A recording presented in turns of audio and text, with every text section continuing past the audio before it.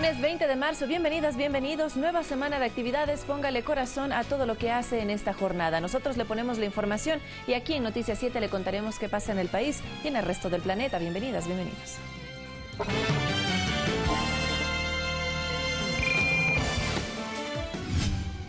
La filtración de una supuesta lista de Odebrecht con nombres de funcionarios sería la nueva estrategia de desprestigio al gobierno nacional. El presidente Rafael Correa calificó de grave el silencio de los medios de comunicación a la investigación del entramado offshore que Guillermo Lasso tendría en paraísos fiscales. Se revelan documentos de 3 empresas vinculadas a Esteban y Álvaro Páez, hermanos de Andrés Páez, quienes habrían cometido delito de defraudación al Estado. Miles de manavitas se tomaron plazas y parques para rechazar la movilización organizada por Creo y su candidato Guillermo Lasso. Como exitoso fue calificado el simulacro interno del proceso electoral desarrollado este domingo en todo el país. Comenzamos. La filtración de una supuesta lista de Odebrecht con los nombres de los funcionarios relacionados en la recepción de coimas sería la nueva estrategia de desprestigio al gobierno nacional. Así lo dio a conocer el presidente Rafael Correa. Luego de las campañas de desprestigio posicionadas con nombres como Capaya Leaks o Primo Leaks, el presidente de la República, Rafael Correa, anunció que en esta semana se prepara una acción similar. Lo que están preparando es supuestamente filtrar la lista Odebrecht. La operación, según el primer mandatario, tiene el mismo objetivo: afectar la candidatura del binomio presidencial Moreno-Glass, y detrás también a los mismos responsables. Con apoyo de ciertas centrales de inteligencia, desde Miami, con la señora Karen Holligan, esta señora dirige ahora ese entramado desde Miami, en contubernio con los Isaías, están preparando una supuesta filtración de una lista de Odebrecht, porque están desesperados. Esa es la bomba que nos tienen para la próxima semana, para ver si cambian la decisión del pueblo ecuatoriano. Sin embargo, el jefe de Estado recordó que el tema no puede ser conocido debido a acuerdos de confidencialidad internacionales con el propio Brasil e incluso con el Departamento de Justicia de los Estados Unidos. En una claudicación del Estado brasileño, porque lo que pide Odebrecht es garantía que no tendrá ningún juicio civil, ningún juicio penal, que no se va a revisar ningún contrato anterior, que pueda seguir contratando en el país, cosas realmente inadmisibles. Es que en la campaña electoral del Ecuador se busca posicionar temas como la corrupción, así como el del fraude, señaló Correa, refiriéndose sobre este último punto a la reciente encuesta de la empresa Cedatos. La encuestadora del banquero acaba de sacar el día de ayer una encuesta en que nos pone empate técnico. Parece ser que están preparando el mismo escenario para el 2 de abril, por amplia que sea la victoria y la correspondiente derrota para ellos. A estar muy atentos, pueblo ecuatoriano. Alex Llanos, Ecuador TV. El próximo 24 de marzo los fiscales de Colombia, Perú y Ecuador se reunirán en la ciudad de Quito. Así lo informó a través de su cuenta personal de Twitter el fiscal Galo Chiriboga. En el encuentro se tratará sobre la investigación en los casos de corrupción de la constructora brasileña Odebrecht. Además, Chiriboga señaló que en junio el Ministerio Público de Brasil entregaría información a Ecuador sobre otros 9 países.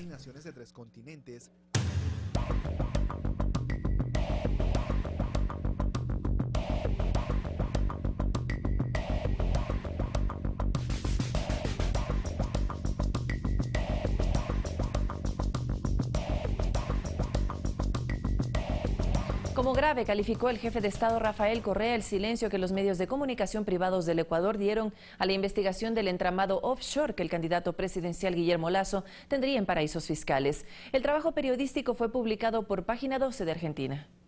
El pasado miércoles se conoció la investigación de la periodista Cintia García, publicada en el periódico argentino Página 12. Un trabajo que con documentos demostraría la asociación del candidato presidencial de la Alianza Creo Suma, Guillermo Lasso, en 49 empresas offshore domiciliadas en paraísos fiscales. El artículo en mención destaca que a marzo de 2011, el Banco de Guayaquil estaba integrado por la corporación MultiBG S.A., que a su vez tenía como principal accionista a Andean Investment Limited, constituida en las Islas Caimán. Pero Andean Investment, por esas transacciones, subió su capital de 1 millón a 31 millones en 2 años. Ganaron 30 millones, mientras el país estaba en la miseria, quebrado. Información de interés público que a criterio del presidente Rafael Correa no fue difundido por los medios de comunicación privados, los cuales lo habrían hecho con intencionalidad. Todo eso está dicho por Página 12, no por un prófugo de la justicia, no por un Carlos Paredes Yaucel, un Pedro Delgado, un Roberto Isaías.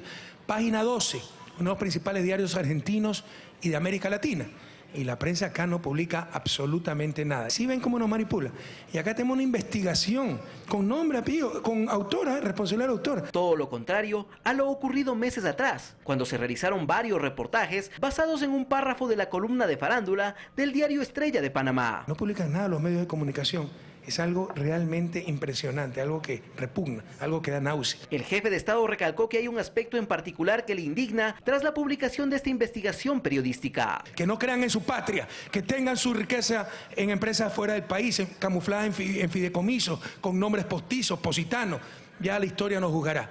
Pero que hayan lucrado con el dolor de la gente, eso es imperdonable. Alex Llanos, Ecuador TV. Según un cable de la Embajada de Estados Unidos en Quito filtrado por Wikileaks, Guillermo Lasso en el año 2005 habría sido tenedor de bonos de deuda externa por medio del Banco de Guayaquil. Aquí los detalles. El documento, que data del 20 de mayo de 2005 y que fue suscrito por la entonces embajadora Christy Kenny, dice lo siguiente: otro problema que el equipo de Correa podría enfrentar más temprano que tarde es la posibilidad de que un número significativo de titulares de la deuda nacional del Ecuador se intenten deshacerse de ella.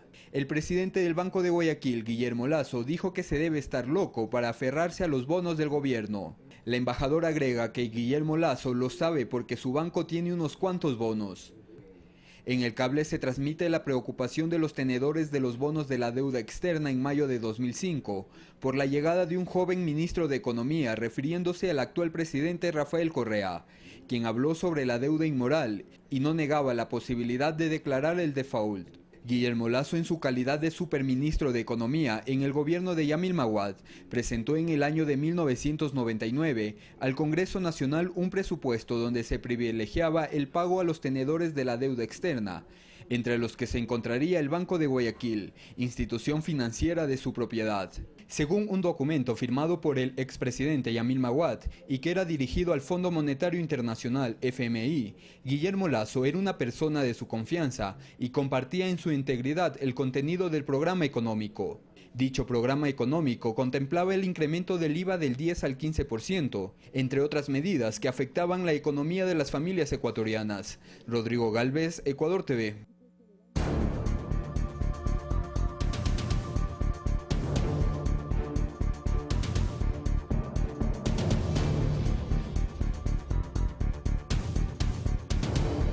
Se revelan documentos que evidenciarían que 3 empresas vinculadas a Esteban y Álvaro Páez Benalcázar, hermanos del aspirante a la vicepresidenta por la Alianza Creo Suma, Andrés Páez, habrían cometido el presunto delito de defraudación al Estado y el no pago de la totalidad de utilidades a sus empleados. El Servicio de Rentas Internas investiga este caso. Andrés Páez, candidato de la derecha a la vicepresidencia de la República, el pasado miércoles en una entrevista señaló: hoy día han allanado una empresa donde trabaja uno de mis hermanos. ¿Por qué allanan la empresa? Porque es un hermano mío el que trabaja ahí. Pero lo que no dice es que sus hermanos, Álvaro y Esteban Páez Benalcázar, habrían defraudado al Estado desde el año 2013 en aproximadamente $2 millones a través de las empresas Turbomotores, Turbigov y Seringham. Lo que tampoco dice Páez, compañero de fórmula del banquero Guillermo Lasso, es que en 15 ocasiones el SRI solicitó a los representantes de Turbomotores, entre ellos al contador Esteban Páez, entreguen pruebas de descargo. Sin embargo, habrían hecho caso omiso, razón por la cual la Fiscalía realizó el pasado miércoles una inspección a las oficinas de las 3 empresas. Pero es que yo no puedo permitir nada hasta que no vea a mi abogado. Estamos con orden judicial. En la entrevista, Andrés Páez asegura que al día siguiente realizaría una rueda de prensa. Tengo los documentos del SRI que demuestran cómo hay facturas falsificadas aprobadas en el SRI y mañana las voy a presentar. Primero, Páez nunca dio la rueda de prensa con la que amenazó.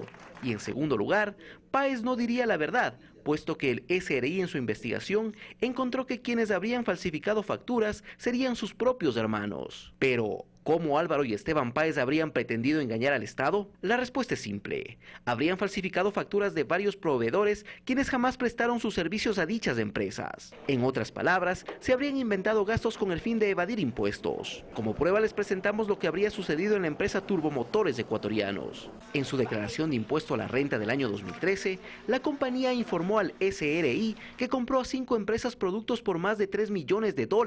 Sin embargo, la entidad tributaria detectó que el monto de compras es menor, considerablemente menor, pues este valor tan solo asciende a $4.585, lo que significa que Turbomotores habría incrementado un valor ficticio de 654 veces más de lo que en realidad declaró. Turbomotores aseguró haber pagado a la empresa Marmoy S.A. $62.485 a través de la factura 286501. Sin embargo, este valor sería irreal. Es que cuando Marmoy presente el original de dicha factura al SRI, se verifica que su valor es de $5.14, venta que además fue realizada a una tercera persona y no a Turbomotores. El modus operandi de esta presunta defraudación al fisco se habría repetido en un sinnúmero de ocasiones. Estos hechos podrían constituirse en un delito de defraudación tributaria, por cuanto estas compras, que serían ficticias, además de perjudicar al Estado, atentaría de sobremanera con los intereses de los trabajadores de estas 3 empresas. Las utilidades que en 2013 pagó Turbomotores a los empleados fue de $29.698, un monto bajo comparado con el real, más de $500.000. Sí, lo escuchó bien, más de $500,000. Turbomotores es proveedor de varias empresas estatales. En aquel año facturó aproximadamente $8 millones, mientras que desde 2010 a 2016 el valor de ventas superó los $35 millones. Pero en su intento de perjudicar al Estado, Esteban y Álvaro Páez habrían ido más allá, hasta el punto de utilizar facturas de comerciantes humildes, quienes aseguran no tener ningún tipo de vínculos con ellos. Y resulta que hay 2 facturas con un valor muy alto y salen a nombre de unas empresas Minoil y la otra Turbomotores. No, la verdad yo para esas empresas nunca trabajé. La factura que habría emitido Flor Cordero es de $296,000 a nombre de Turbigov, otra de las empresas en la que Esteban Páez es su contador. Este monto sería un anticipo por el alquiler de su flota vehicular. Sin embargo, la afectada niega tener tal negocio. Tras haber denunciado este hecho ante la Fiscalía, Cordero fue contactada por representantes de Turbigov, supuestamente para reparar sus gastos. Llegó un representante de las 2 empresas en la cual me estaban cobrando el valor muy alto, que, como le digo, yo nunca trabajé con esas empresas. Entre los documentos que encontró la Fiscalía en la inspección está este cheque, que demostraría el pago del impuesto a la renta de Cordero, cancelado precisamente por Turbigov. De forma copiada, tanto Turbigov como la tercera compañía investigada, Seringem, habrían actuado en contra de Pablo Piloso Quijije, artesano manabita. Supuestamente Piloso habría emitido a las empresas vinculadas con los Páez Benalcázar facturas con valores superiores a los $136,000. ¿Quién serán esas personas, pan? No, ni en sueño yo los conozco a ellos. Posible defraudación fiscal, afectación a los derechos económicos de sus trabajadores e incluso perjuicio a terceras personas, quienes fueron obligadas a pagar por dinero que nunca recibieron. Serían las repercusiones de este accionar. Alex Llanos, Ecuador TV.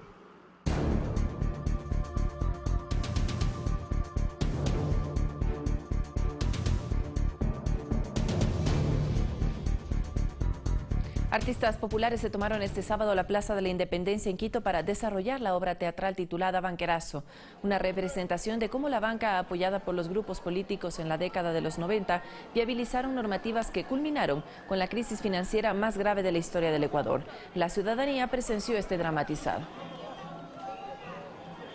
Y le contamos también que miles de manabitas se tomaron las plazas y parques para rechazar la movilización organizada por la agrupación política Creo y su candidato Guillermo Lasso, a quien lo declararon como persona no grata en la provincia.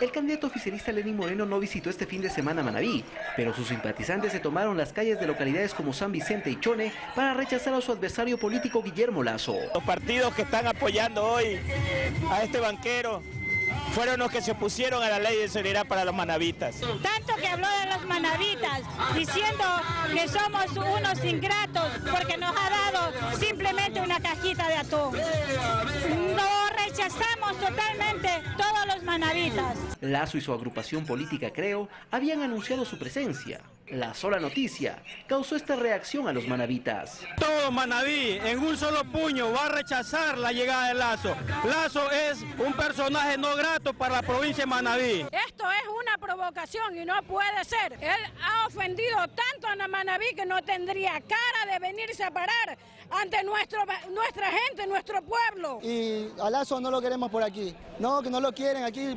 Vean la gente que aquí no quieren a Lazo, no lo quieren por aquí. Ellos aseguran que lo que se siembra se cosecha. Y ante la campaña de desprestigio que sufrieron luego de respaldar a Alianza País en la primera vuelta, los manavitas salieron para, con altura y educación, exigir respeto. Y hoy día estamos rechazando la venida de este señor. Que no le decimos señor por la cultura, pero no debe de ser así. Creen que nosotros nos olvidamos de lo que nos han hecho años atrás. La provincia de Manaví fue la jurisdicción que mayor diferencia porcentual entregó al oficialismo el pasado 19 de febrero. Solo por mencionar un ejemplo, aquí Alianza País obtuvo 8 de 9 asambleístas posibles. Alex Llanos, Ecuador TV. El denominado Bingo de la Alegría generó más expectativa en la ciudadanía de Chone que el recorrido proselitista del postulante a Carondelet Guillermo Lazo. La población que no salía a las calles prefirió un momento de diversión con sus familiares. Si bien un número importante de manavitas se tomaron sitios públicos para evidenciar su rechazo al candidato Guillermo Lazo, para otra parte de la población la presencia del presidenciable pasó desapercibida. No me importó que venga. No podría hablar nada del señor Lazo porque no me inspira nada. ¿Qué puedo decir de él? No puedo decir nada porque si mintió una vez puede seguir mintiendo. Consideran que la indiferencia es el mejor pago a quienes de acuerdo a su criterio los ha discriminado. Y los choneros nos caracterizamos por ser gente pacífica. Tampoco aceptamos que nadie nos ultraje ni nadie nos menosprecie, pero somos gente 100% pacífica. Y aquí lo está demostrando. Hay niños, hay bebés, hay familias completas, padre, madre, hijos, abuelitos que están jugando el bingo con nosotros. Por eso en Chone se congregaron en el Coliseo Cantonal para vivir un momento de esparcimiento a través del denominado Bingo de la Alegría. 2.500 manavitas participaron de un evento que entregó alrededor de 70 premios. No tengo nada que hablar porque le corresponde derecho, como por democracia, venir a cualquier pueblo, porque esa es una gran verdad. Yo creo que los que han aplaudido, felicitaciones a ellos, pero el 2 de abril nos vemos en la urna. Él será un más derrotado de la Revolución Ciudadana. Por eso advirtieron que la diferencia de votos se multiplicará en las elecciones del próximo 2 de abril. Alex Llanos, Ecuador TV. Y Lenín Moreno celebró sus 64 años en el puerto principal junto a miles de ciudadanos que decidieron apoyarlo en la segunda vuelta electoral. Asimismo, mantuvo un diálogo sobre el llamado a la paz con el arzobispo de Guayaquil. A su llegada a la concha acústica en el Parque Samanes fueron los habitantes de 822 parroquias ecuatorianas quienes le cantaron al ganador de la primera vuelta electoral el feliz cumpleaños.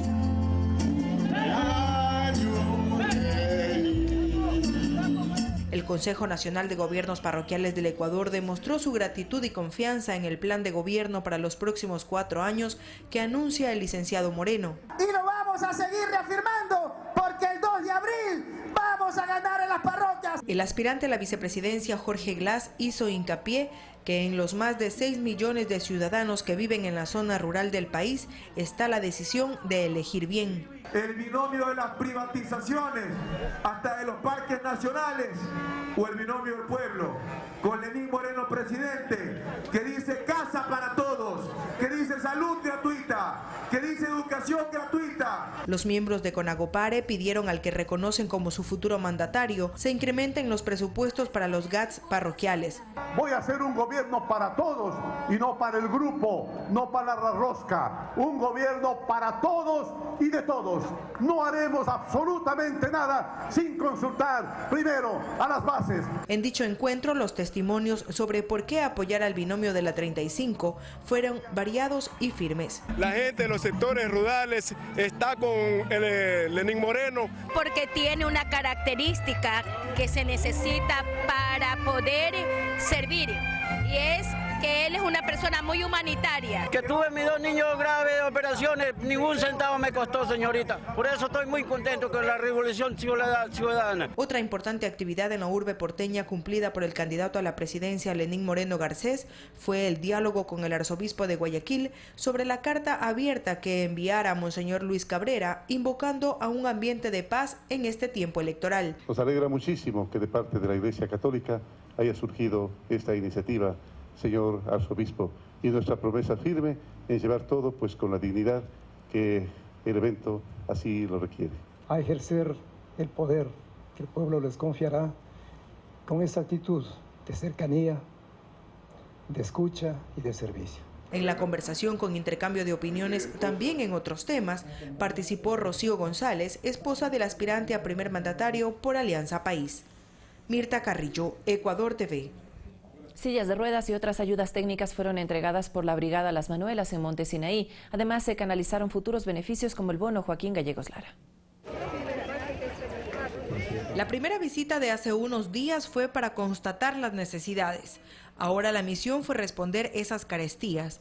A nivel nacional, cada vez son más las mujeres que se unen a las brigadas Las Manuelas, lideradas por Rocío González. Este fin de semana, en la cooperativa Las Marías de Monte Sinaí, las sonrisas y los abrazos primaron en señal de gratitud por las ayudas técnicas entregadas en medio de tantas necesidades. Realmente ha tenido una acogida extraordinaria porque es un programa que unió al Ecuador. Es un programa que tiene que seguir adelante, que tenemos que volver a trabajar con ellos. Se ha estado trabajando, pero hay que repotenciar. José España confía en que pronto será uno de los miles que reciben el bono Joaquín Gallegos Lara, ya que no cuenta con ingresos económicos fijos al tener que cuidar a su esposa Karina Manrique, quien tiene múltiples dificultades tras ser víctima de un accidente de tránsito. Y más aún con su precaria situación, pues hace unos meses su casa se incendió. Completamente estando en mi cuidado, ¿cómo puede él trabajar? Y ahora vemos que ya nos prometieron, o sea, el bono Joaquín Gallegos Lara que nos van a dar, y a ver si que le ayudan con una casita, algo, porque también, mira, el sector que vivimos, la situación que está dura también. Niños, adolescentes y adultos con movilidad reducida recibieron sillas de ruedas y otras donaciones obtenidas con gestión propia de las brigadas, que son parte del compromiso adquirido por el aspirante presidencial Lenín Moreno, quien prometió trabajar por quienes más lo necesitan. Mirta Carrillo, Ecuador TV. Las comunidades eclesiales de base de Guayaquil, la Secretaría General de los CEPS y además organizaciones que conforman las iglesias de los pobres, mediante un comunicado manifestaron su respaldo al binomio de Alianza País Moreno Glass. Una de las principales razones es porque están abiertos al diálogo con todos los que quieren trabajar por el Ecuador, además por no estar vinculados a la banca ni al gran capital, aseguraron. Y en otro tema, como exitoso fue calificado el simulacro interno del proceso electoral ejecutado este domingo en todo el país. En la delegación del Guayas participaron 206 funcionarios, entre digitadores, coordinadores, verificadores de firma y operadores de escáneres. Este ejercicio permitió mejorar cada uno de los procedimientos. La siguiente prueba se realizará el jueves 23 de marzo e incluirá a personal policial y militar, mientras que en la capital participaron los observadores internacionales de la misión electoral de la UNASUR. El simulacro contó con la participación de los representantes de las dos tiendas políticas que van a participar en la próxima lid electoral. Estuvieron en la mañana, vieron cómo se realizaba el simulacro, fueron despejadas todas las dudas que tuvieron ambas tiendas políticas, quedaron conformes con la actividad que realizamos en esta mañana. 6 de la mañana con 53 minutos y el analista argentino Esteban López de Pino aseguró que es imposible comparar a Ecuador con Venezuela debido a las diferentes matrices de producción que tienen estos dos países. Conozcamos sus argumentos. La estrategia no es nueva. Cuestionar las políticas de desarrollo implementadas por el Ecuador y compararlas con Venezuela es algo que se ha hecho desde hace 10 años por parte de la oposición en nuestro país. Basta de seguir el modelo de Venezuela. Lo que pasa en el Ecuador es una copia idéntica de lo que sucede en Venezuela. De cara a una elección presidencial tan importante, esta estrategia no solo que se ha mantenido, sino que se ha reforzado. Su problema es salvar al Ecuador de esta plaga socialista que nos puede llevar a Venezuela. Pero en realidad es así. Por lo menos desde el análisis de Esteban López del Pino, no existen argumentos para relacionar a Ecuador con Venezuela. En ese punto no hay comparación con Venezuela, porque Venezuela tiene otra matriz completamente diferente de pensamiento y de ejecución. Que la clave es observar la realidad microeconómica y no aspectos generales. Uno va acá al supermercado, puede acceder a muchísimos bienes, no solamente de Ecuador, sino de todo el mundo. Uno va a un supermercado en Venezuela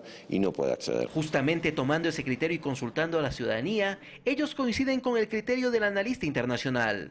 Nada que ver con Venezuela, no creo que lleguemos a ese estado realmente. Aquí existe comida, aquí existe trabajo. Tanto que incluso ciudadanos venezolanos han llegado al Ecuador en busca de mejorar su calidad de vida. Hay bastante empleo en ese momento cuando vine y bueno, me pareció el mejor país para venir, pues. De esta forma, Ecuador pasó de exportar gente como fue la migración tras el feriado bancario a ser visto como un territorio de oportunidades. Alex Llanos, Ecuador TV. Según expertos, el enfoque en el sector social, así como una mejor repartición de la riqueza, son características que hacen que el modelo de desarrollo ecuatoriano se asimile al de Uruguay, país con el mayor crecimiento en América Latina. Aún como presidente de Uruguay, José Mujica presentó en Ecuador un discurso ante la Unión de Naciones Suramericanas UNASUR, de cuál es la clave para avanzar ante las inequidades económicas del mundo, pero principalmente de América Latina. Si decimos que en este mundo no hay plata, es porque tenemos la cobardía política de no cobrarle y pedirle y meterle la mano en el bolsillo a los que pueden. Palabras que tanto en Uruguay como en Ecuador no quedaron en el discurso, sino que se pusieron en práctica. Y estás con la mayoría o estás con la minoría, y no hay término medio, no se puede ser neutral y hay que tomar partido. Para el ex vicecanciller Quinto Lucas, este modelo de desarrollo en busca de la equidad nació debido a procesos previos similares. Ahora, ya cuando asumen los gobiernos del Frente Amplio, el país de alguna forma había venido de una quiebra bancaria y de un feriado bancario similar al que ocurrió en Ecuador. El gobierno de Pepe profundiza en el trabajo social y profundiza en la repartición de la riqueza. Si bien no llegó a grandes niveles, obviamente hubo una repartición de la riqueza mayor a través del tema de los impuestos. Y eso es algo que a criterio de Lucas está en juego en las próximas elecciones de Ecuador. Más aún, si se analizan las propuestas de uno de los candidatos. Privatización de, como lo dice Lasso, crear zonas francas en salud o en educación, es una forma eufemística de decir privatización. O sea, son mínimos modelos que son los mismos modelos que venían de la década del 90. Alex Llanos, Ecuador TV.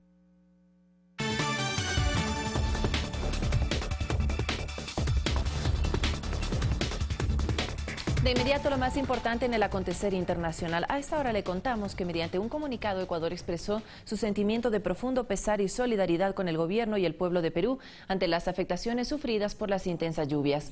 Además, ofreció su plena disposición de prestar ayuda de emergencia de acuerdo a las prioridades de atención que se establezcan, mientras que los damnificados ecuatorianos han sido acogidos en las oficinas de la sección consular de la embajada de nuestro país. Al no disponer de los recursos que les permitan emprender un traslado aéreo en líneas comerciales, el gobierno nacional envió un avión para proceder a su inmediata repatriación. Y en este mismo tema, cerca de 90 personas llegaron a Guayaquil procedentes de Perú que sufrieron severos estragos por el invierno que enfrenta el vecino país del sur. Los ciudadanos agradecieron la oportuna ayuda brindada por el gobierno ecuatoriano. 72 ecuatorianos y 12 ciudadanos colombianos recibieron ayuda estatal para salir de Perú, donde la situación invernal es severa. En un avión de la Fuerza Aérea Ecuatoriana llegaron la noche del domingo a Guayaquil procedentes de Lima. Víctor Litardo, su esposa y sus 2 hijas viajaban en un bus desde Bolivia y por tránsito debían pasar por la capital peruana. Vivieron horas de angustia. Lo que en ese punto la pasamos fatal. 10 horas en el desierto, imagínense, y con mis 2 niños es fatal. En el grupo de los retornados también estuvo el equipo de fútbol Everest, que tuvo en Ica un encuentro deportivo amistoso. Asimismo, ciudadanos que por negocios y turismo estaban allá con dificultades para su retorno a Ecuador, el mismo que fue facilitado por la embajada ecuatoriana. Tuvimos que esperar ahí horas hasta que nos dieron el permiso para podernos venirnos mediante aéreo, y la verdad que muchísimas gracias por el apoyo. La situación en Lima más era el problema del agua, no había agua en Lima, por lo que Lima está en la mitad del desierto. Feliz y muy contento, todos estamos contentos sí, con el pueblo ecuatoriano por esa ayuda tan grande que nos dieron. ¿Qué les sorprendió el fenómeno del Niño, de la costa del Niño, ¿no? Y obviamente por los daños que ocasionó en la infraestructura principalmente del Perú, no pudieron continuar su viaje de retorno al Ecuador y a Colombia respectivamente. Pero ese mismo vuelo llegó a Perú más temprano con la primera parte de ayuda humanitaria para los damnificados a cargo de la Secretaría de Gestión de Riesgos. Para entregar 3.000 raciones alimenticias de ayuda humanitaria para el Perú, como una primera entrega de apoyo a toda la catástrofe que está sufriendo el país. Entonces, al momento se mantiene un trabajo coordinado entre el Ministerio de Relaciones Exteriores y la Embajada de Perú para atender con prontitud a las poblaciones que padecen por el colapso del sistema de agua potable y los servicios de electricidad, internet y telefonía. Mirta Carrillo, Ecuador TV. Miles de brasileños recibieron a Luis Inácio Lula da Silva y Dilma Rousseff en Paraíba, Brasil. Además, el presidente de China, Xi Jinping, se reunió con el secretario de Estados Unidos, Rex Tillerson, en el Gran Palacio del Pueblo en Beijing. Aquí nuestro resumen de Noticias del Mundo. El expresidente Luis Inácio Lula da Silva y Dilma Rousseff asistieron al acto de transposición del río San Francisco, organizado por líderes de movimientos sociales, artistas e intelectuales en Monteiro, Paraíba. Esta es una obra de sus gobiernos y permitirá abastecer de agua a esa población. Se declaró la alerta en Washington este sábado debido a que un automóvil sospechoso estaba en las inmediaciones de la Casa Blanca. El hombre que fue detenido afirmó que este estaba cargado con explosivos. Según fuentes policiales, esta persona no iba armada y llevaba un documento que pretendía entregar al presidente Trump. El presidente de China, Xi Jinping, se reunió con el secretario de Estado de Estados Unidos, Rex Tillerson, en el Gran Palacio del Pueblo en Beijing. En la cita acordaron fortalecer los intercambios de alto nivel y otros niveles y ampliar la cooperación en los terrenos bilateral, regional y global. Miles de franceses, movimientos sociales y de derechos humanos se movilizaron por las calles de París en contra de la violencia policial y el racismo. La protesta fue pacífica, sin embargo terminó en disturbios con daños en fachadas de algunos locales comerciales. Fernanda de la Bastida, Ecuador TV. Y antes de finalizar este espacio, le contamos que Jonathan Chávez, del restaurante Pez Azul de la provincia del Guayas, fue el ganador del Campeonato Mundial del Encebollado en su versión 2017. Esta segunda edición se cumplió en Esmeraldas, en el renovado Malecón de Las Palmas. Es el Malecón de Las Palmas, un lugar para redescubrir a la provincia verde, al Ecuador, porque luego del terremoto del 16 de abril, el proceso de reconstrucción ofrece cambios que renuevan el desarrollo del país. Y este domingo, con la gran final del Campeonato Mundial del Encebollado 2017, esos cambios son una expresión no solo en la infraestructura, también en su gente. Es una de las playas más equipadas de toda la provincia y por qué no decir del país. Muy hermoso que se haya hecho esto. Y con ese reconocimiento, Las Palmas recibió a miles de turistas para ser partícipes del Mundial del Encebollado. Esta edición brindó pequeñas muestras de lo que ofrece cada una de las provincias concursantes. La guayusa, maestro, el encebollado oriental del Napo. Este Campeonato Mundial del Encebollado contó con la sazón de compatriotas residentes en España, Italia y Estados Unidos. Uno de ellos se llevó el tercer lugar.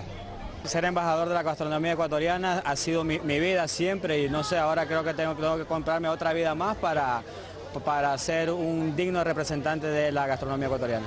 Y la provincia de Pichincha con Clarita Zambrano se llevó el segundo lugar. Y el gran ganador de este mundial lo obtuvo la provincia del Guayas, Jonathan Chávez, su representante. Esto no tiene precio.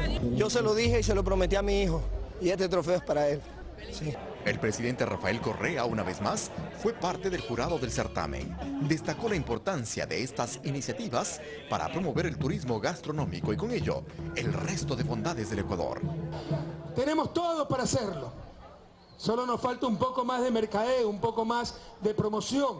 Se debió seleccionar al mejor encebollado bajo la modalidad a ciegas. Se tomó en cuenta la manipulación de los alimentos, la presentación del plato y la decoración del stand. No solo se compite, se comparten interpretaciones que nos dan una riqueza de expresión cultural. El primer mandatario, además, espera que los campeonatos mundiales del encebollado y del hornado se constituyan en una política de Estado. Estos eventos se enmarcan en el cambio, en la diversificación de nuestra producción para impulsar el turismo, que se convierte en la principal fuente de ingresos no petroleros. En Esmeraldas con Wilson Chuquitarco y Jonathan Benalcázar. Eduardo Córdoba, Ecuador TV. El encebollado, parte de nuestras delicias gastronómicas y de nuestra maravillosa cultura. Tenemos que hacer una primera pausa. Al regresar, nuestro compañero Carlos Rabascal construye con nosotros Pensamiento Crítico. Esto es Noticias 7. Gracias como siempre por su preferencia.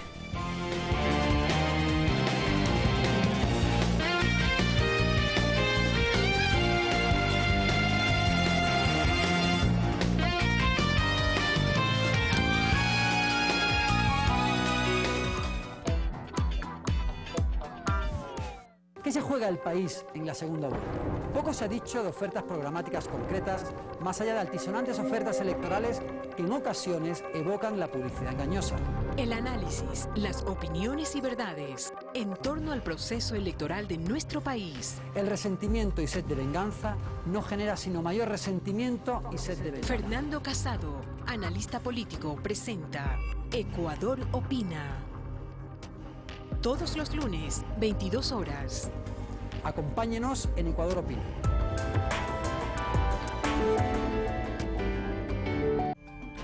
Harriet Tubman tuvo una vida dura y llena de maltratos, hasta que decidió huir en 1849. Desde entonces ayudó a decenas de esclavos a escapar y después combatió para abolir la esclavitud. Incluso luchó por el derecho al voto para las mujeres. Mujer tenía que ser. Quieres lo mejor para ellos. Les has dado un gran presente y quieres dejarles un mejor futuro. Ellos te miran, aprenden de ti. Quieres compartirles enseñanzas. Quieres que crezcan con valores y tengan muchas oportunidades. Cuando cumples responsablemente tus obligaciones tributarias, estás construyendo un legado para los que vendrán. Con tu contribución, aportas al Ecuador del futuro. Declara y paga tu impuesto a la renta. SRI le hace bien al país. Autorización 0343, CNE, Elecciones Generales 2017. Entrenamiento. Equilibrio. Aprendizaje.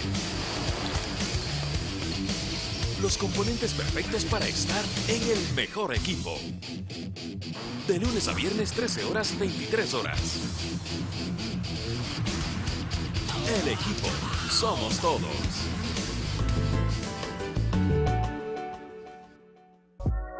¿Sabías que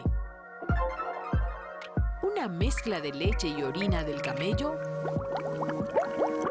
podría poner fin al cáncer? ¿Sabías que? De lunes a viernes, 19 horas 30.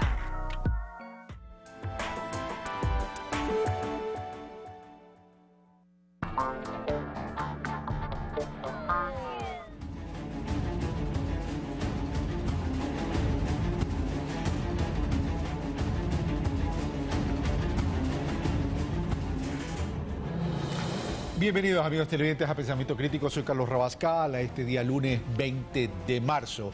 Por cierto, estoy grabando el día viernes 17 de marzo por temas de carácter profesional. El día de hoy, en el primer bloque, tendré a Paola Hidalgo, subdirectora general del Servicio de Rentas Internas, con quien vamos a hablar sobre el tema de la política tributaria, sobre todo haciendo un análisis de la propuesta de cara a las elecciones del 2017 y de cara a los próximos 4 años de gobierno dentro de un proceso democrático. Y tendremos a Esteban López del Pino, experto en política y medios, con quien vamos a hablar sobre el tema de un eje que es fundamental para Latinoamérica y el Caribe, que está pasando en los distintos países latinoamericanos y caribeños, que tiene que ver con el empleo, que tiene que ver con el trabajo, pero en términos de calidad. ¿Latinoamérica ha podido combatir la precarización del trabajo? Bueno, esos temas los vamos a conversar el día de hoy. Paola Hidalgo, subdirectora general del Servicio de Rentas Internas, muy buenos días, gracias por aceptar nuestra invitación. Vamos directamente al tema. Se proponen 14 impuestos menos, menos significaría una disminución de 3.600 millones en recaudación tributaria. y adicionalmente una tasa flat en el impuesto de la renta que equivaldría al 15%. ¿Qué significa tasa flat del 15%? Significa única tasa para everybody, para todo el mundo, lo cual significaría que se elimina la progresividad. ¿Cuál es el impacto de estas dos propuestas, tanto la disminución de los 14 impuestos más la tasa flat del impuesto a la renta en la economía ecuatoriana y en la economía de los ecuatorianos? Paola Hidalgo, bienvenida. Muy buenos días, muchísimas gracias por esta entrevista.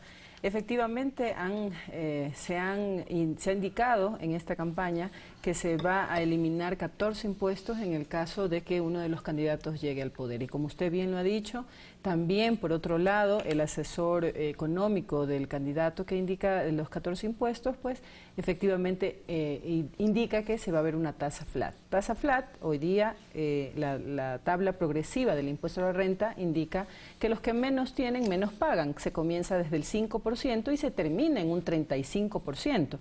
Si es que hay una tasa flat del 15%, es decir, el del 5% va a pasar a pagar 15% y el del 35% va a disminuir el pago de impuestos en 15%. Para ponerlo en términos prácticos y poder dimensionar y que nuestros amigos televidentes nos comprendan muy bien, significa que si el del 5% va a pasar al 15%, tendríamos una afectación en las capas socioeconómicas ¿de qué nivel? Es verdad, nosotros creemos que 638.000 personas de ingresos medios y bajos van a pasar a pagar 15%. Esto en valores absolutos. En dinero es 546 millones más que van a pasar a pagar estas 638.000 personas. Y en cambio, las 6.399 personas que están en los rangos más altos, que ahora están cancelando el 35%, pasarían a pagar 15%, y esto en valores absolutos, en millones de dólares, significa 215 millones menos. Es decir, estas 6.399 personas que van a pagar 215 millones menos, va a ser compensado con los 546 millones más que vamos a pagar los 638.000 personas de ingresos de medios y bajos. Pero más allá de la orientación al pago de personas que ahorita no estaban pagando impuesto a la renta y que van a tener una afectación de esa capa socioeconómica, ¿qué significa para la economía ecuatoriana? Significa que van a tener menos recursos para poder desarrollar sus actividades. Así es. Ellos justamente lo que han dicho es, al eliminar los impuestos, las personas van a tener más poder adquisitivo y van a poder comprar más. Bueno, esa teoría realmente ha sido ya en algunos países, inclusive en Estados Unidos, ha sido, en años atrás, ha sido corroborada de que efectivamente esto no existe. No es que las personas empiezan a consumir y empiezan a haber más, empieza a haber más consumo y por lo tanto más impuestos, etcétera. Realmente la eliminación de los impuestos, los 3.688, lo que hace directamente es disminuir el ingreso fiscal en la caja fiscal del Estado, es decir, 3.688 menos al presupuesto general del Estado. Quiero que lo analicemos de forma integral. A ver, ¿a qué me refiero? Si por un lado quito la progresividad, disminuyo y pongo una tasa flat del 15%, donde los que menos tienen van a tener que pagar y los que más tienen van a pagar menos, ahí puede haber un efecto de recaudación negativo. Por un lado, aparte de la afectación a la capacidad económica de las familias. Por el otro lado, la eliminación de los 14 impuestos, 3.600 millones menos. Significa que esto va a tener una incidencia en la recaudación, es decir, va a haber menos recaudación. Pero por otro lado se dice, es que esto va a incentivar, y aparte me estoy olvidando del tema de la eliminación del anticipo del impuesto a la renta, que también es otro tema que está en debate. Pero bueno, esto va a afectar la recaudación. Pero la opción de un candidato, dice, es esto va a incentivar el consumo y por tanto va a dinamizar la economía. Pregunto yo, en Colombia se quitó también prácticamente la progresividad, es decir, pagan más la clase media, la capa social media para arriba, ¿verdad? Pero por otro lado, se incrementó el IVA en el 19%.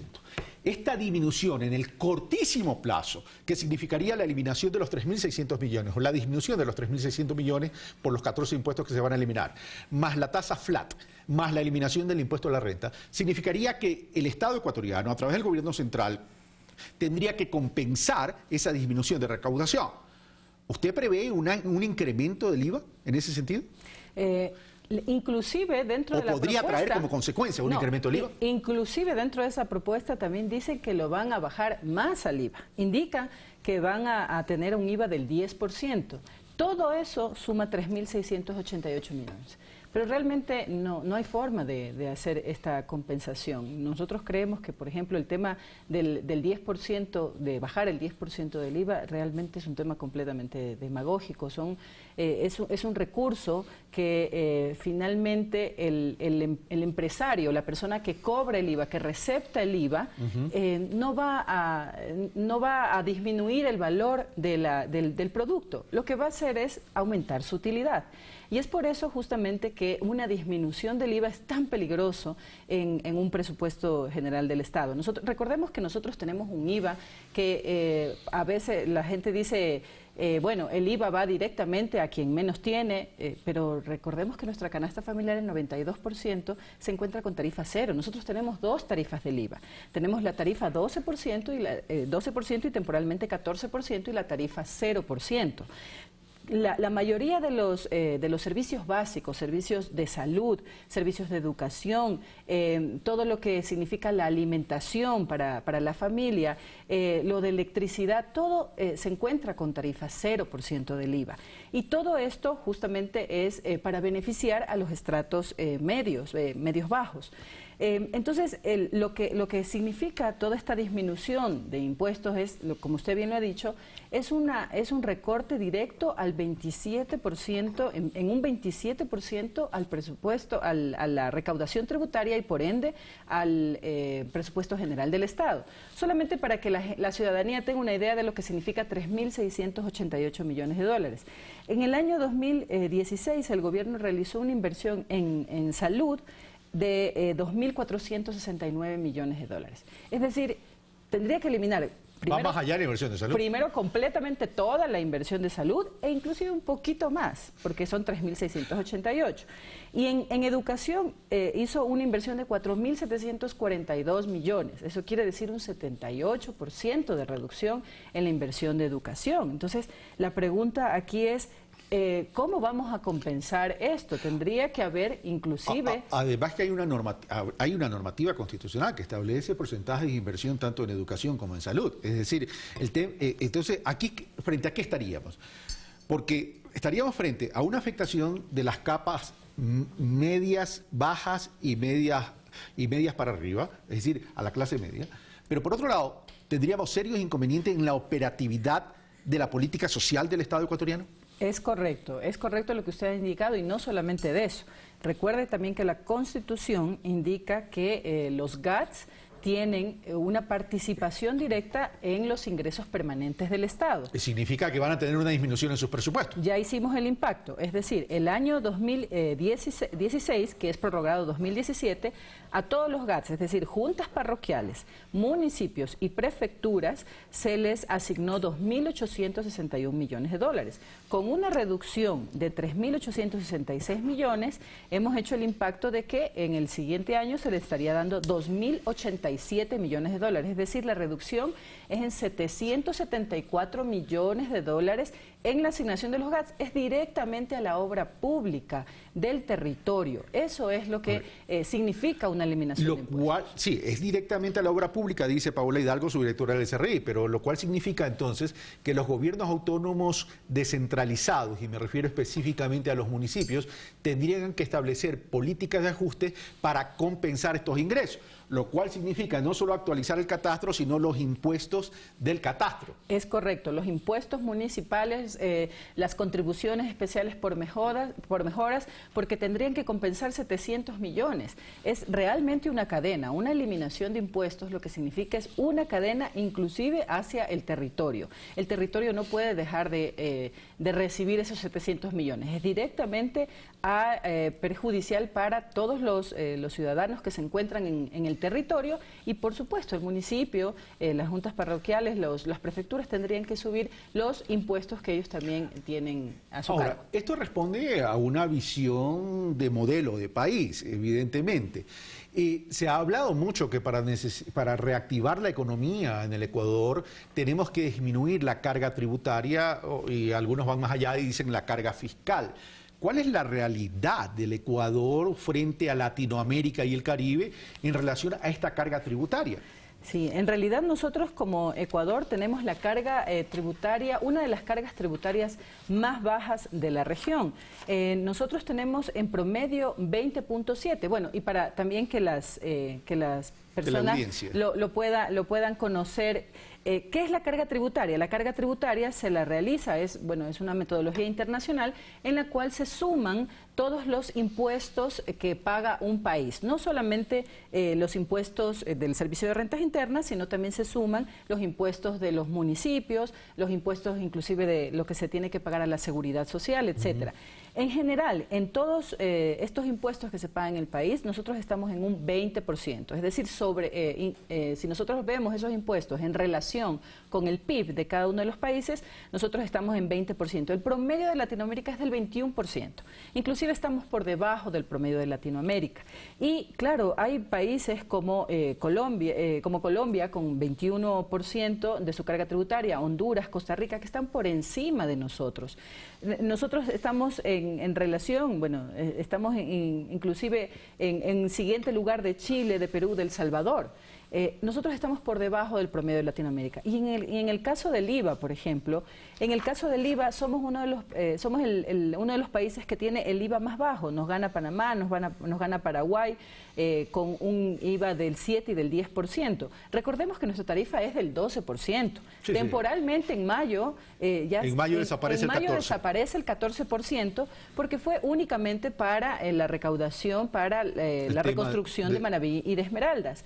Entonces nosotros seguimos en una tarifa del 12%. Recientemente Colombia subió su tarifa del IVA al 19%. Yo quiero ponerlo en perspectiva. A ver, en el caso de los gobiernos autónomos descentralizados, significaría entonces que como medida de compensación, de ajuste, los gobiernos autónomos descentralizados tendrían que subir los impuestos, con lo cual elevan la carga tributaria local.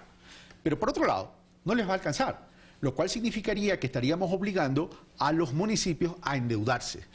Es decir, ¿hay suficiente capacidad de apalancamiento financiero en términos de acceder a financiamiento de parte de los gobiernos autónomos centralizados? Porque aquí tenemos que ver realidades de las asimetrías entre los municipios. ¿Existe esa posibilidad?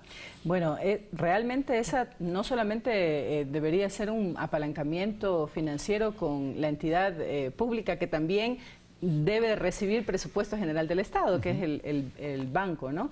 El BEDE, sino que también debería haber un apalancamiento internacional. Y entonces ahí es lo que justamente estamos hablando en estos momentos. Nos estamos endeudando. Y eso significa que el gobierno central, el Estado ecuatoriano, a través del gobierno central, tendría que poner al aval, lo cual significa hacerse responsable solidariamente por ese endeudamiento. Así es correcto. Justamente los avales tiene que ponerlos el gobierno y esto tiene que tener un apalancamiento internacional, financiero internacional, sin lugar a dudas. Entonces, la pregunta aquí es, nosotros tenemos ya una política tributaria, tenemos un sistema tributario que realmente durante todo este tiempo lo hemos venido afinando, lo hemos venido mejorando. Cuando nos critican y nos dicen tantas reformas tributarias, es justamente porque hemos venido mejorando y afinando nuestro sistema tributario. Usted hablaba al inicio del anticipo de impuesto a la renta. Bueno, recordemos a la ciudadanía que en el 2016 ya realizamos una modificación al anticipo de impuesto a la renta. ¿De quién? A las microempresas ya no pagan anticipo de impuesto a la renta y las medianas, pequeñas y grandes ahora tienen derecho a la devolución, lo que antes no tenían. ¿Devolución en efectivo o crédito fiscal? Devolución en efectivo o crédito, o una nota de crédito inclusive. Ahora ya podemos hacer la devolución, es decir, aquellas empresas que cancelan un anticipo mayor al promedio de todas sus empresas, entonces se les devuelve. Este afinamiento del sistema ha hecho que el sistema sea progresivo, que el sistema sea justo y que el sistema sea equitativo. Realmente nosotros como Servicio de Rentas Internas pensamos que si podemos hacer algún tipo de mejoramiento adicional, estamos de acuerdo, pero eliminar de golpe 14 impuestos, poner una tarifa que no sea progresiva, creo que es un gran error que se está cometiendo. Paula Hidalgo, muchas gracias por estar con nosotros y compartir este análisis, porque es importante que la ciudadanía conozca, porque estos son los temas que tenemos que debatir. Y este tema que tenemos que debatir tiene que ver con la estructura del Estado. Es decir, ¿queremos un Estado presente en términos de política social? En términos incluso de un actor importante en la dinamización y la reactivación de la economía, o queremos un Estado ausente. Yo simplemente facilito insumos y son ustedes los que concluyen. Vengo de inmediato, después del corte, con Esteban López del Pino, experto en política y medios, para hablar sobre la precarización del trabajo en América Latina.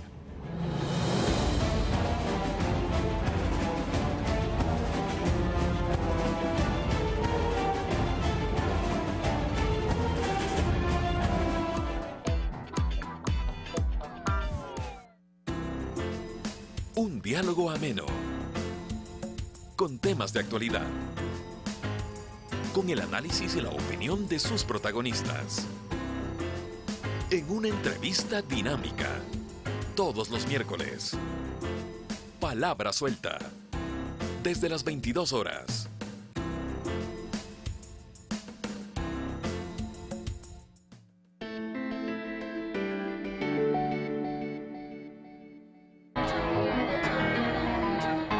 La palabra cambio puede entusiasmar, motivar, pero cuando se le saca el velo al cambio, aparece esto. Siento que estamos por comenzar una etapa maravillosa, que este es el cambio que vamos a hacer juntos. En la Argentina ya echaron a cientos de miles de personas. ¿No es verdad todas las cosas que relatás? Yo ya te he dicho que no vamos a hacer ajustes. Nos parecemos en aquellos que mienten y aquellos que cumplen. Es increíble, compañeros, como todo lo que dimos lo hemos cumplido. Esa es la nueva forma de ser política. Algunos, ya no brasileños, ya no argentinos, podrán entender que es una verdadera trampa. O tema era, a meu ver, preside uma inmensa farsa. Esto es Crónica de América. A la gente le decimos la verdad, la verdad, la verdad, la verdad, la verdad. Domingo, 21 horas.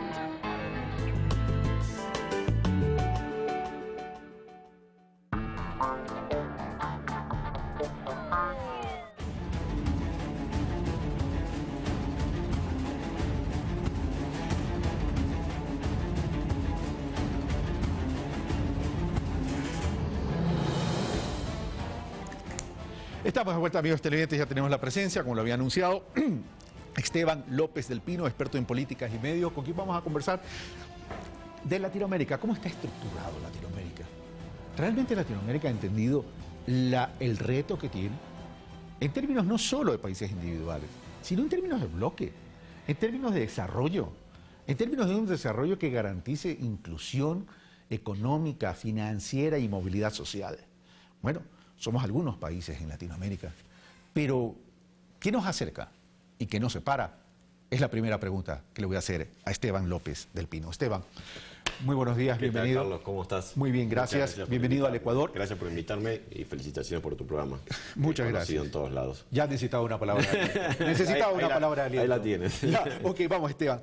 ¿Qué nos acerca y qué nos aleja en Latinoamérica? ¿Cómo están estructurados los distintos modelos ideológicos desde modelos de desarrollo en Latinoamérica y Caribe? Solo una aclaración, que soy argentino y uso términos que a veces no se usan acá, así que lo aclaro porque quizás en la charla digo cosas que acá no se usan habitualmente, términos que no se usan habitualmente. Yo veo dos modelos en pugna en todo el mundo, en Latinoamérica también. Esos dos modelos yo los suelo llamar un modelo humanista, donde toda la visión del Estado está puesta en el desarrollo del individuo, de la persona. Es decir, que todas las medidas del Estado buscan que la persona pueda desarrollar todo su capital humano.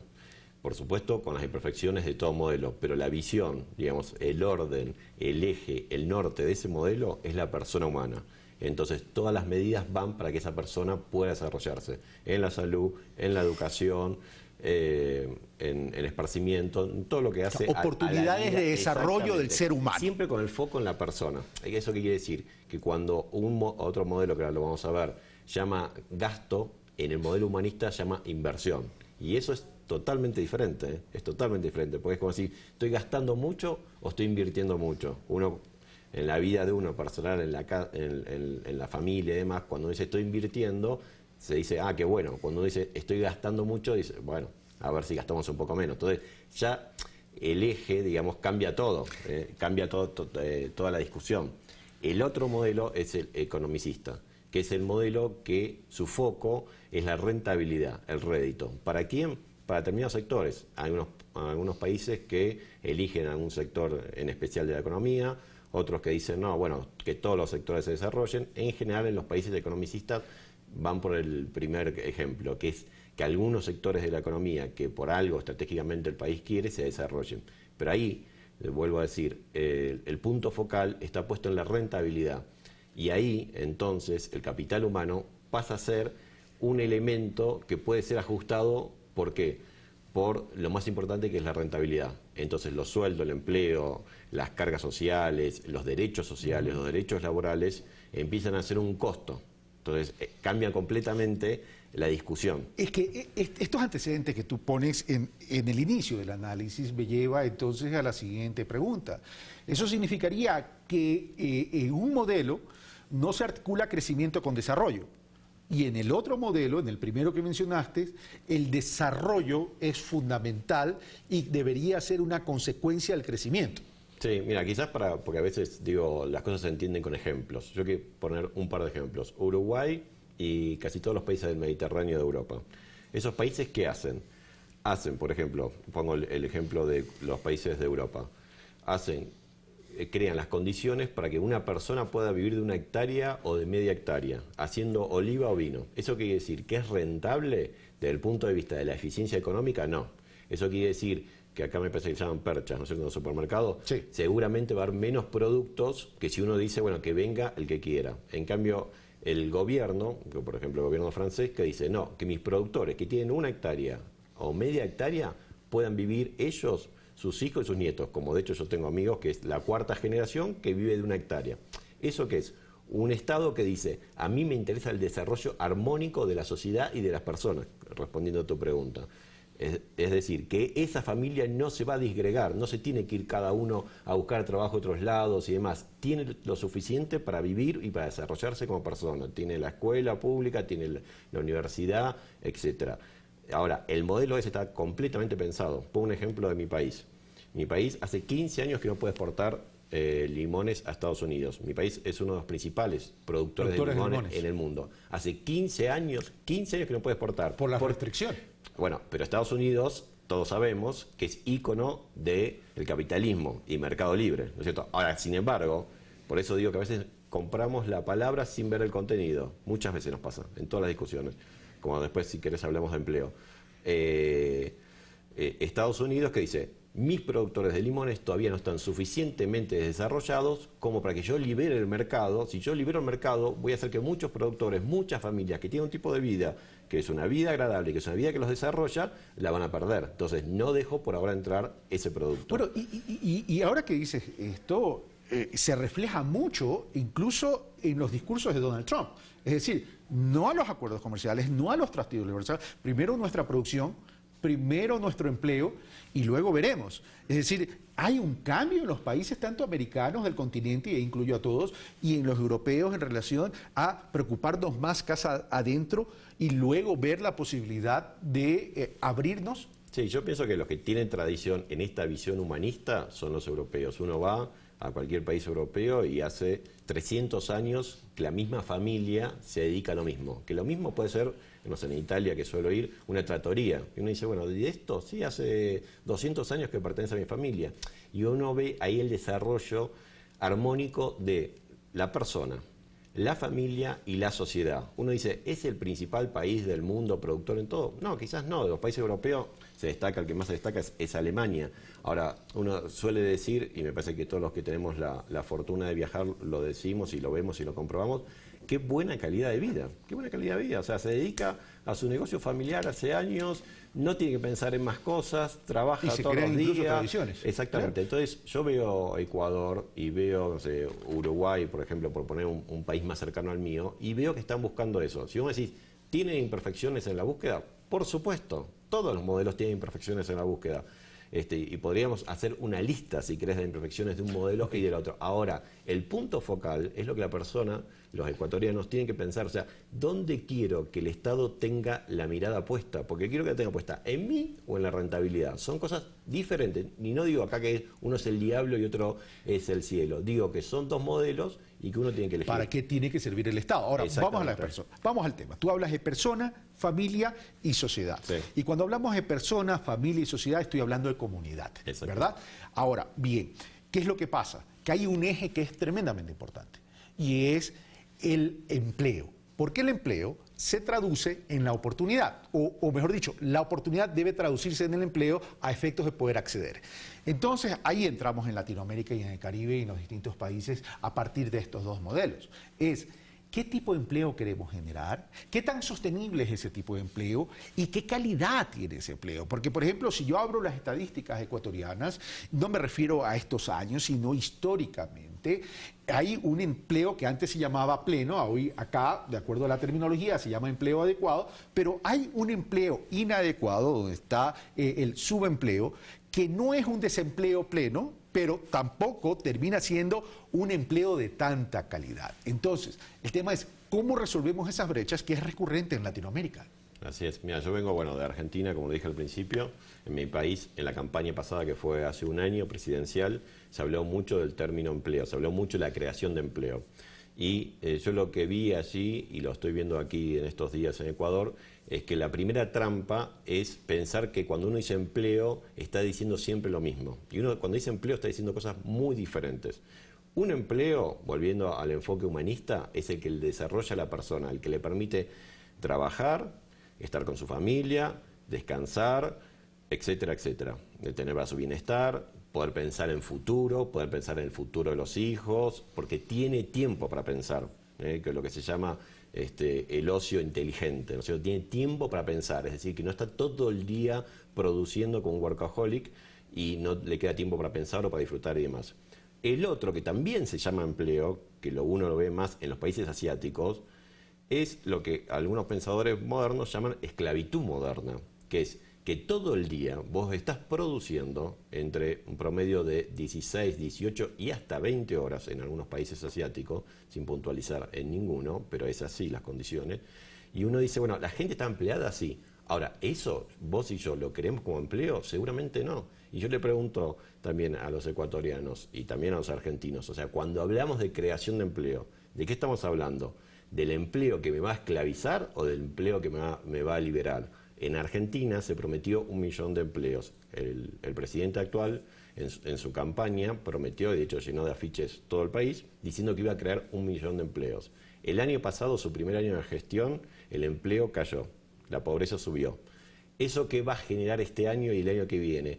Que los empleados, por miedo a perder su trabajo, o el que lo perdió, esté dispuesto a entrar a un nuevo trabajo con peores condiciones que el que ya tenía. Lo cual significa entonces que entraríamos a procesos de precarización del trabajo. Exactamente. Empezás a perder derechos laborales, ya hubo una reforma de la RT, o sea, de los seguros de accidentes del trabajo, está habiendo otras reformas que van a hacer que el empleador te pueda emplear y echar de una forma muy fácil y casi sin costos para él. Entonces, de vuelta vuelvo, no nos dejemos engañar por la palabra creación de empleo, preguntemos más bien a qué llamamos empleo, porque si llamamos empleo a estar trabajando 18 horas por día y por eso bajamos la tasa de empleo, bueno, me parece que ninguno de los países que pusimos como ejemplo de humanismo, Uruguay, los países europeos, buscan ese modelo, porque lo que buscan es que la persona se desarrolle. Me parece que además es lo que buscamos todos primariamente, o sea, ¿qué queremos nosotros como seres humanos? Desarrollarnos. Ahora, pero yo te pregunto ¿por qué Latinoamérica es tan diferente a los países europeos? E incluso al propio Estados Unidos, que se dice el ícono del capitalismo, pero hemos visto que tiene políticas de protección, es decir, y protege lo suyo primero. ¿Por qué Latinoamérica? Somos tan distintos, no nos ponemos de acuerdo, y en cada lección comenzamos a hablar del cambio. Bueno, si querés hablamos un segundo de cambio, y vuelvo a lo que me acabas de preguntar. También para mí, cuando se dice cambio, ¿qué es lo que se está diciendo? Cambio de modelo, ¿no es cierto? Puede haber cambio de modelo. Acá hubo un gran cambio de modelo en Ecuador, que comenzó hace 10 años. Es decir, que no estamos debatiendo o no estamos eligiendo entre el cambio y el no cambio. Aquí comenzó un gran cambio en toda la forma de pensar el país, en esto que venimos desarrollando en estas preguntas, que comenzó hace 10 años. Ahora, ¿cuál es la oportunidad? De profundizar ese cambio. Pero, por supuesto, las dos elecciones, las dos alternativas que hay en este momento en Ecuador, las dos son cambios. Una va a profundizar un cambio que comenzó rotundamente hace 10 años. La otra quiere hacer otro cambio, pero lo que hay que preguntarse es ¿hacia dónde lleva cada uno de los cambios? El que comenzó hace 10 años, lo sabemos, tiene a la persona como eje de sus decisiones. Vuelvo a decir porque sé que se critican todos los países y caemos en eso, en que, bueno, pero pasó esto, pasó aquello. Por supuesto, ningún modelo es perfecto y en el medio hay imperfecciones porque lo hacemos personas humanas que somos imperfectos. Eso es así. Pero el punto focal es la persona humana. En el otro, que se está proponiendo, ya en general sabemos hacia dónde va. Va hacia el rédito de los sectores económicos. El rédito de los sectores económicos en el mundo, en general, si no son países más socialistas como son los países europeos, volviendo a tu pregunta, buscan el rédito, entre otras cosas, con la variable del trabajo.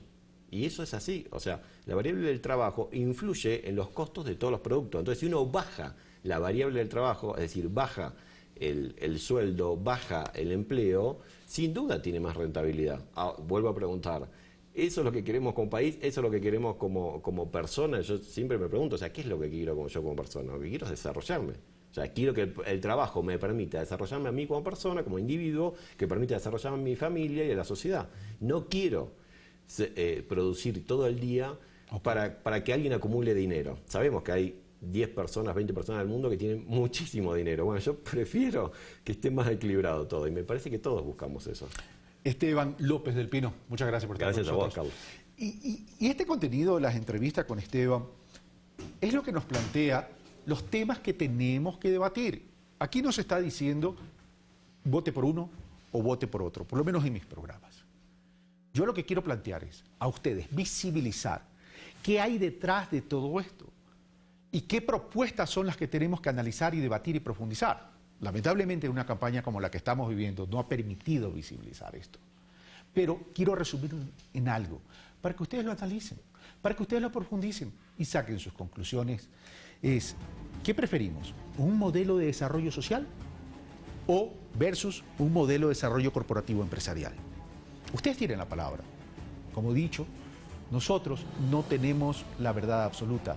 Yo soy un facilitador que planteo insumos para el debate. Y por cierto, si hay personas que no lo entienden, porque yo puedo tener una postura distinta, qué pena, yo los respeto mucho, pero cuidado nos pasa, como aquella canción del cantautor mexicano Fernando Delgadillo, que cuando a una persona, él utilizó otro calificativo, que cuando a una persona se le señala la luna, tan solo ve el dedo de quien se la señaló. Esto fue Pensamiento Crítico, soy Carlos Rabascal, excelente inicio de la semana.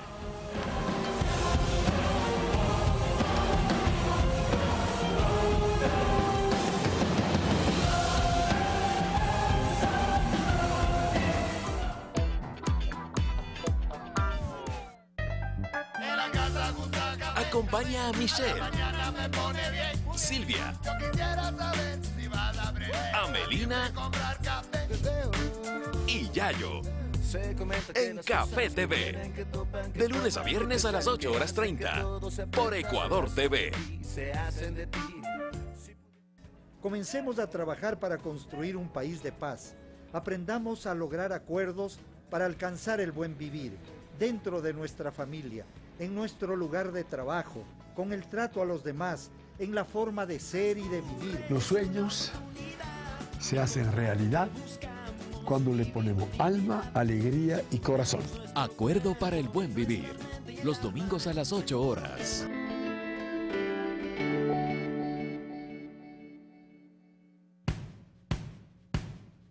Esto no es un zoológico, es la dura, salvaje y remota naturaleza.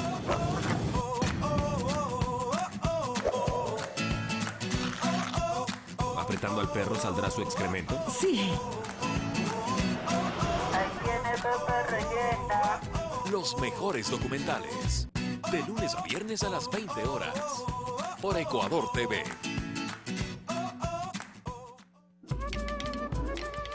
En Cochasquí, descubre la magia de la naturaleza y un legado de tradiciones milenarias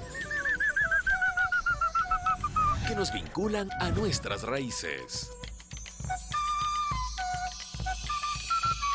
Ecuador Multicolor, vive la interculturalidad de nuestro país. Hoy, 14:30.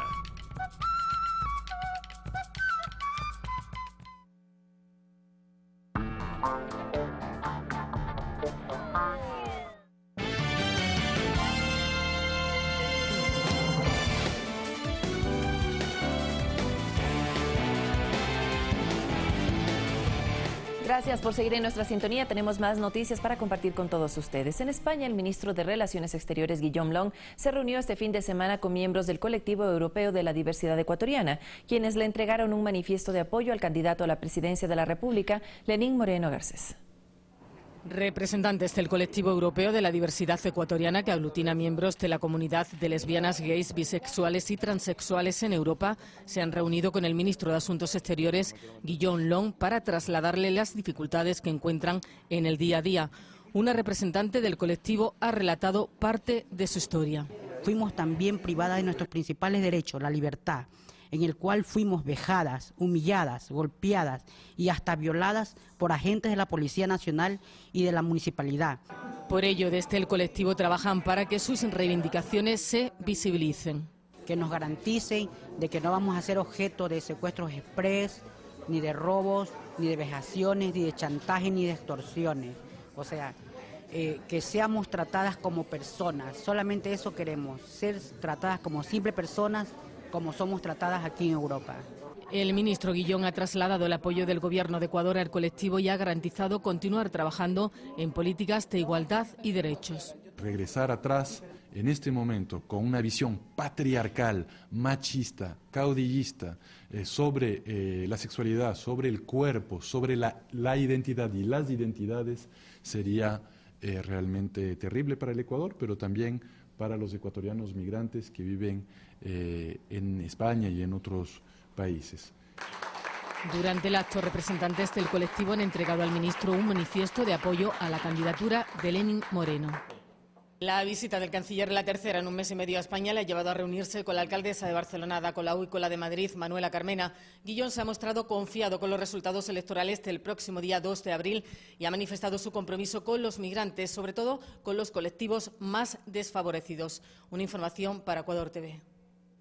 Y las lluvias no dan tregua en Perú. La emergencia climática asociada al fenómeno El Niño deja hasta el momento al menos 72 muertos y 70.000 damnificados. Las autoridades alertaron a la población de Lima debido a que los ríos Guara, Mala, Lurín y Chancalhuaray están por desbordarse. Además, se abrió una página web para que las personas de la población también se mantengan informadas sobre la situación. Esta página web tiene el nombre de Una Sola Fuerza.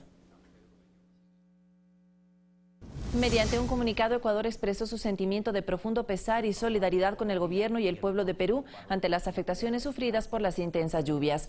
Además, ofreció su plena disposición de prestar ayuda de emergencia de acuerdo a las prioridades de atención que se establezcan, mientras que los damnificados ecuatorianos fueron acogidos en las oficinas de la sección consular de la embajada de nuestro país. Al no disponer de los recursos que les permitan emprender un traslado aéreo en líneas comerciales, el gobierno nacional envió un avión para proceder a su inmediata repatriación. Y en este mismo tema, cerca de 90 personas llegaron a Guayaquil procedentes de Perú, quienes sufrieron severos estragos por el invierno que enfrenta el vecino país del sur. Los ciudadanos agradecieron la oportuna ayuda brindada por el gobierno ecuatoriano. 72 ecuatorianos y 12 ciudadanos colombianos recibieron ayuda estatal para salir de Perú, donde la situación invernal es severa. En un avión de la Fuerza Aérea Ecuatoriana llegaron la noche del domingo a Guayaquil procedentes de Lima. Víctor Litardo, su esposa y sus 2 hijas viajaban en un bus desde Bolivia y por tránsito debían pasar por la capital peruana. Vivieron horas de angustia. Lo que en ese punto la pasamos fatal. 10 horas en el desierto, imagínense, y con mis 2 niños es fatal. En el grupo de los retornados también estuvo el equipo de fútbol Everest, que tuvo en Ica un encuentro deportivo amistoso. Asimismo, ciudadanos que por negocios y turismo estaban allá con dificultades para su retorno a Ecuador, el mismo que fue facilitado por la embajada ecuatoriana. Tuvimos que esperar ahí horas hasta que nos dieron el permiso para podernos venir mediante aéreo, y la verdad que Muchísimas gracias por el apoyo. La situación en Lima más era el problema del agua, no había agua en Lima, por lo que Lima está en la mitad del desierto. Feliz y muy contento, todos estamos contentos sí, con el pueblo ecuatoriano por esa ayuda tan grande que nos dieron. ¿Qué le sorprendió el fenómeno del Niño, de la costa del Niño, ¿no? Y obviamente por los daños que ocasionó en infraestructura principalmente del Perú, no pudieron continuar su viaje de retorno al Ecuador y a Colombia respectivamente. Pero ese mismo vuelo llegó a Perú más temprano con la primera parte de ayuda humanitaria para los damnificados a cargo de la Secretaría de Gestión de Riesgos. Para entregar 3.000 raciones alimenticias de ayuda humanitaria para el Perú, como una primera entrega de apoyo a toda la catástrofe que está sufriendo el país. Entonces, al momento se mantiene un trabajo coordinado entre el Ministerio de Relaciones Exteriores y la Embajada de Perú para atender con prontitud a las poblaciones que padecen por el colapso del sistema de agua potable y los servicios de electricidad, internet y telefonía. Mirta Carrillo, Ecuador TV. Mientras que en el territorio nacional las entidades de socorro reportan 15 fallecidos y más de 6.000 familias afectadas debido a las intensas lluvias. Además, extensas zonas están libres de daños gracias al pleno funcionamiento de los sistemas de control de inundaciones construidos por el gobierno central. Según los datos oficiales, hasta este sábado a nivel nacional se registraron más de 800 eventos adversos producto de la temporada invernal.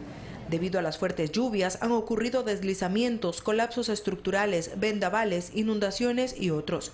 Como resultado, 15 personas han perdido la vida, 6.009 familias fueron afectadas y 6.077 viviendas deterioradas. Las provincias con más afectaciones son Manabí, Guayas, El Oro, Los Ríos y Napo. El fenómeno climatológico que vivimos, las intensas lluvias, es el mismo fenómeno inusual del Perú. Es decir, aquí estaríamos sufriendo exactamente igual. Sin embargo, hay sectores que cada invierno se inundaban, provocando pérdidas humanas y de cultivos. Solo en el temporal de 1998 hubo pérdidas cercanas a los 2.900 millones de dólares, según la Secretaría del Agua. La inversión hecha, los 1.250 millones de nuestros 6 multipropósitos, solamente en este año, con este invierno, las pérdidas hubiesen sido bastante mayores. Eso prueba lo acertado de la política hídrica. Parte de esas decisiones estratégicas que cambiaron la historia, sobre todo del litoral ecuatoriano, como los sistemas de control de inundaciones Bulubulu, Cañar, Naranjal y Chone. Efectivamente, nuestros proyectos multipropósitos están trabajando a plenitud. Han protegido al menos 140.000 hectáreas de inundación y al menos 350.000 personas. Con lo que los beneficios resultan masivos, garantizando la productividad y sobre todo brindando seguridad a miles de ecuatorianos. Mirta Carrillo, Ecuador TV. Y como parte de las acciones para atender la emergencia declarada para los sembríos de maíz en 4 provincias del país, se dio inicio a las indemnizaciones, refinanciamiento de préstamos y fumigaciones para combatir las plagas. Flavio Figueroa es uno de los maiceros de Balsar afectados por la plaga de la langosta. José Intriago narra con preocupación cómo los gusanos han terminado con al menos el 70% de su siembra de maíz. Todas las fertilizaciones se las hemos estado haciendo, ya llevamos como 5 fumigaciones y todavía no podemos controlar la plaga. Ya llegaríamos a un término más o menos de un 3/4 de mazorca ya dañado, porque el agua se penetraría por la punta de la mazorca. La declaratoria de emergencia por parte del Ministerio de Agricultura permite la movilidad de personal y recursos para atender las necesidades de los maiceros. Al momento, 600 técnicos asisten a los agricultores en las provincias de Santa Elena, Manabí, Guayas y Los Ríos en las inspecciones a los predios afectados. Tenemos un poco más de 80% de hectáreas que cuentan con seguro agrícola. La iniciativa estatal subsidia el 60% de los seguros agrícolas. Las altas temperaturas y humedad producto del invierno han provocado plagas incontrolables. Ciertas zonas serán fumigadas y en otras será necesario ejecutar los seguros para que en algo se recuperen las inversiones con indemnizaciones y refinanciamiento de sus créditos. Por hectáreas estamos invirtiendo entre 1.500 y pasaditos de capital, entonces pues nosotros tenemos esa inversión botada ahí pensando en recuperarla, pero a través del seguro pues que nos va a ayudar, ojalá cuando se recupere. El Ministerio de Agricultura ha existido, sino que nunca ha llegado como ahora. Siempre ha estado más apartado del campesino, el campesino ha sido hecho a un lado, pero ahora parece que vemos que hay más proyección, hay más preocupación sobre el campesino. Se estima que existen más de 82.000 hectáreas afectadas por incidencia de plagas y enfermedades, registradas en las provincias declaradas en emergencia. Mirta Carrillo, Ecuador TV. En otro tema, como exitoso fue calificado el simulacro interno del proceso electoral ejecutado este domingo en todo el país. En la delegación del Guayas participaron 206 funcionarios, entre digitadores, coordinadores, verificadores de firma y operadores de escáneres. Este ejercicio permitió mejorar cada uno de los procedimientos. La siguiente prueba se realizará el jueves 23 de marzo y también se involucrará a las personas que están en las Fuerzas Armadas y también en la policía. Vamos a escuchar más sobre este tema, en la que participaron también los observadores internacionales de la misión electoral de la UNASUR. El simulacro contó con la participación de los representantes de las dos tiendas políticas que van a participar en la próxima lid electoral. Estuvieron en la mañana, vieron cómo se realizaba el simulacro, fueron despejadas todas las dudas que tuvieron ambas tiendas políticas, quedaron conformes con la actividad que realizamos en esta mañana. 6 de la mañana, 54 minutos, y la filtración de una supuesta lista de Odebrecht con los nombres de los funcionarios relacionados en la recepción de coimas sería la nueva estrategia de desprestigio al gobierno nacional. Así lo dio a conocer el presidente Rafael Correa.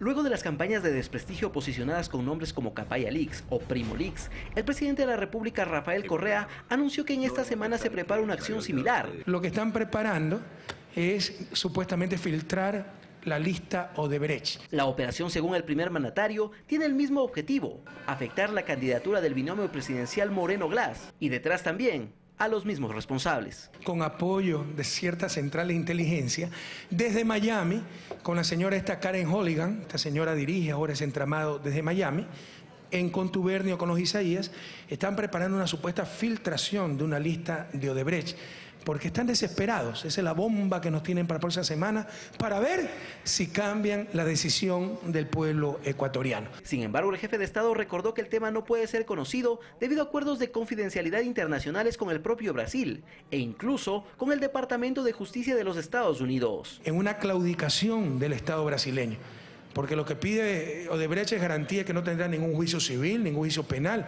que no se va a revisar ningún contrato anterior, que pueda seguir contratando en el país, cosas realmente inadmisibles. Es que en la campaña electoral del Ecuador se busca posicionar temas como la corrupción, así como el del fraude, señaló Correa, refiriéndose sobre este último punto a la reciente encuesta de la empresa Cedatos. La encuestadora del banquero acaba de sacar el día de ayer una encuesta en que nos pone empate técnico. Parece ser que están preparando el mismo escenario para el 2 de abril, por amplia que sea la victoria y la correspondiente derrota para ellos. A estar muy atentos, pueblo ecuatoriano. Alex Llanos, Ecuador TV. Y a esta hora le contamos que Jonathan Chávez, del restaurante Pez Azul de la provincia del Guayas, fue el ganador del Campeonato Mundial del Encebollado 2017. Esta segunda edición se cumplió en Esmeraldas, en el renovado Malecón de Las Palmas. Es el Malecón de Las Palmas, un lugar para redescubrir a la provincia verde, al Ecuador, porque luego del terremoto del 16 de abril, el proceso de reconstrucción ofrece cambios que renuevan el desarrollo del país. Y este domingo, con la gran final del Campeonato Mundial del Encebollado 2017, esos cambios son una expresión no solo en la infraestructura, también en su gente. Es una de las playas más equipadas de toda la provincia y por qué no decir del país. Muy hermoso que se haya hecho esto. Y con este reconocimiento, Las Palmas recibió a miles de turistas para ser partícipes del Mundial del Encebollado. Esta edición brindó pequeñas muestras de lo que ofrece cada una de las provincias concursantes. La guayusa, maestro, el encebollado oriental del Napo. Este Campeonato Mundial del Encebollado contó con la sazón de compatriotas residentes en España, Italia y Estados Unidos. Uno de ellos se llevó el tercer lugar. Ser embajador de la gastronomía ecuatoriana ha sido mi vida siempre y no sé, ahora creo que tengo que comprarme otra vida más para ser un digno representante de la gastronomía ecuatoriana. Y la provincia de Pichincha con Clarita Zambrano se llevó el segundo lugar. Y el gran ganador de este mundial lo obtuvo la provincia del Guayas, Jonathan Chávez, su representante. Esto no tiene precio. Yo se lo dije y se lo prometí a mi hijo. Y este trofeo es para él. Sí. El presidente Rafael Correa, una vez más, fue parte del jurado del certamen. Destacó la importancia de estas iniciativas para promover el turismo gastronómico y con ello el resto de bondades del Ecuador. Tenemos todo para hacerlo. Solo nos falta un poco más de mercadeo, un poco más de promoción. Se debió seleccionar al mejor encebollado bajo la modalidad a ciegas. Se tomó en cuenta la manipulación de los alimentos, la presentación del plato y la decoración del stand. No solo se compite, se comparten interpretaciones que nos dan una riqueza de expresión cultural. El primer mandatario, además, espera que los campeonatos mundiales del encebollado y del hornado se constituyan en una política de Estado. Estos eventos se enmarcan en el cambio, en la diversificación de nuestra producción para impulsar el turismo, que se convierte en la principal fuente de ingresos no petroleros. En Esmeraldas, con Wilson Chuquitarco y Jonathan Benalcázar, Eduardo Córdoba, Ecuador TV.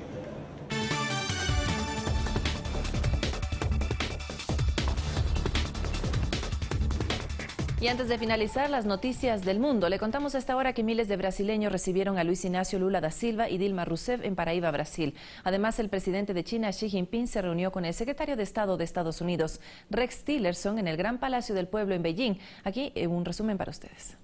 El expresidente Luis Inácio Lula da Silva y Dilma Rousseff asistieron al acto de transposición del río San Francisco, organizado por líderes de movimientos sociales, artistas e intelectuales en Monteiro, Paraíba. Esta es una obra de sus gobiernos y permitirá abastecer de agua a esa población. Se declaró la alerta en Washington este sábado debido a que un automóvil sospechoso estaba en las inmediaciones de la Casa Blanca. El hombre que fue detenido afirmó que este estaba cargado con explosivos. Según fuentes policiales, esta persona no iba armada y llevaba un documento que pretendía entregar al presidente Trump. El presidente de China, Xi Jinping, se reunió con el secretario de Estado de Estados Unidos, Rex Tillerson, en el Gran Palacio del Pueblo en Beijing. En la cita acordaron fortalecer los intercambios de alto nivel y otros niveles y ampliar la cooperación en los terrenos bilateral, regional y global. Miles de franceses, movimientos sociales y de derechos humanos se movilizaron por las calles de París en contra de la violencia policial y el racismo. La protesta fue pacífica, sin embargo terminó en disturbios con daños en fachadas de algunos locales comerciales. Fernanda de la Bastida, Ecuador TV. Son las 8 en punto de la mañana, tenemos que despedirnos, pero ya vienen las noticias de la comunidad de la mano de Guadalupe Ayoví y nuestro compañero Alexis Moncayo. Así que le invito a seguir en nuestra sintonía, esto es Noticias 7.